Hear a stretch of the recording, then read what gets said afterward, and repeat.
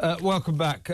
Still with Talk's international editor, Isabel Oakeshott. Isabel, let's talk about immigration. The Organisation for Economic Cooperation and Development, the OECD, has found that the biggest rise in legal immigration of any European country, any major country in the West, apart from America, is the UK. Over the last year, we had an increase of 53% immigration to a record level of 750,000. That's how many people came to this country to live last year, over the last year, legally.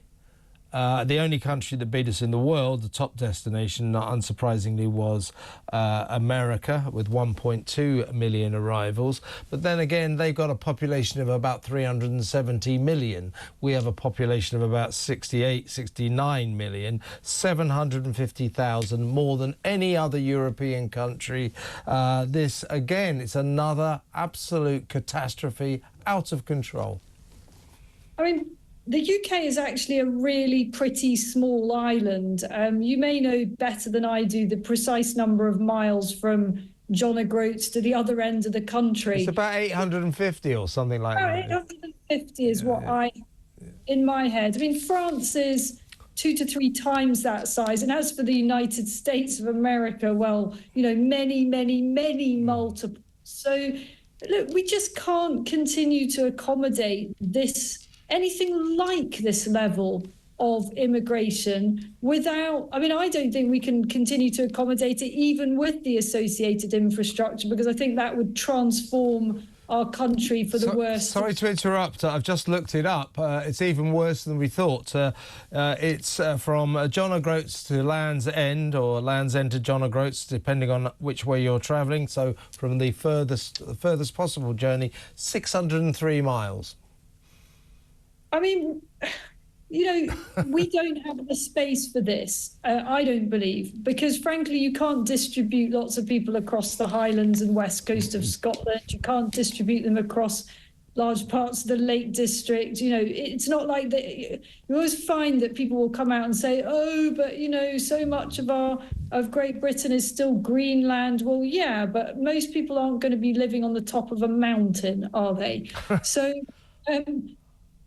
even if we accept that we could accommodate more people, you know, we could cram some more in, it doesn't work unless you build all the stuff that goes with it. You need more roads, more schools, more hospitals, more housing. And guess what? So many of the people that vote for the parties that continue to allow this to happen don't want any more housing in their backyards either. And so round and round we go, with everybody getting angrier and more unhappy. And what planet anyone thinks this is a way to run our country, I just don't know. So we know that probably we're going to end up this year with about 45,000 maybe illegal migrants coming across the channel. That doesn't factor in the other illegal ways that illegal migrants get into this country. So you've got quite a big number there, probably, you know, about 100,000. People go, oh my God, this is terrible, this is terrible. But legally, you know, while we don't notice, last year 750,000. There were statistics while Rishi was still in charge that something like 1,100,000 came over, but 500,000 left. So we were left with a sort of net immigration of 600,000. So now, even worse, 750,000. As you quite rightly say, Isabel, this country, it's not racist to say that this country is full. We can't take any more people because our infrastructure is creaking at the seams. You know, hospitals, education, transport. This is getting really, really disastrous, and we need to put a cap on it. Well, I think the cap should be net zero myself. That's the only kind of net zero that I want.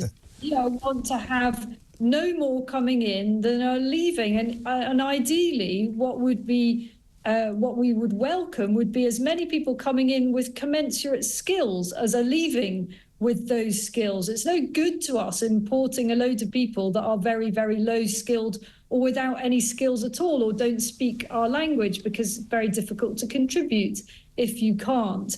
And here's a really worrying thing. Those statistics that you're rattling off there about these net migration figures, I don't think that they even scratch the surface of what's really going on.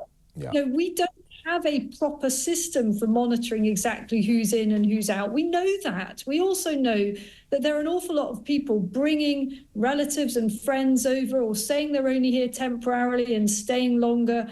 You only have to look around you at the number of people who are milling around now. There is an absolute feeling of it being different certainly I would say in central London, I'm sure in outer London, in many of our urban places. You can actually feel the difference of the density of population. I'm kind of imagining this. You know, there is a complete level of crowding that just wasn't there 5 years ago.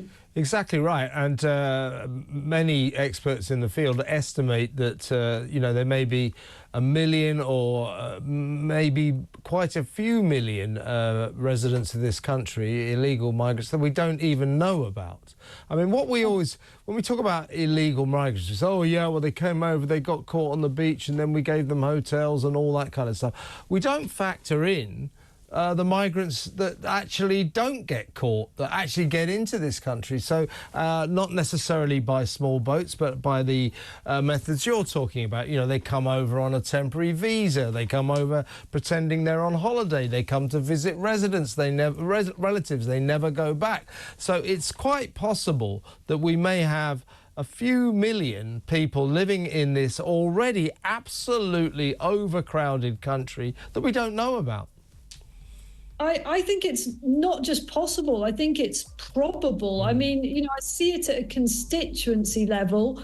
You know, for MPs, certain constituencies are full of people who've come over on the pretext that they're visiting a relative or they're going to see friends, they're on holiday, just never go back again. Yeah. So those people aren't necessarily entering the statistics in the way that, you know, would be sensible to be able to record, not least so we can make sure that there are enough services to cater for all the extra heads. Absolutely. Excellent hour, Isabel. Always great to talk to you. Thank you for that brilliant story. Isabel Oakeshott, the remarkable Isabel Oakeshott there.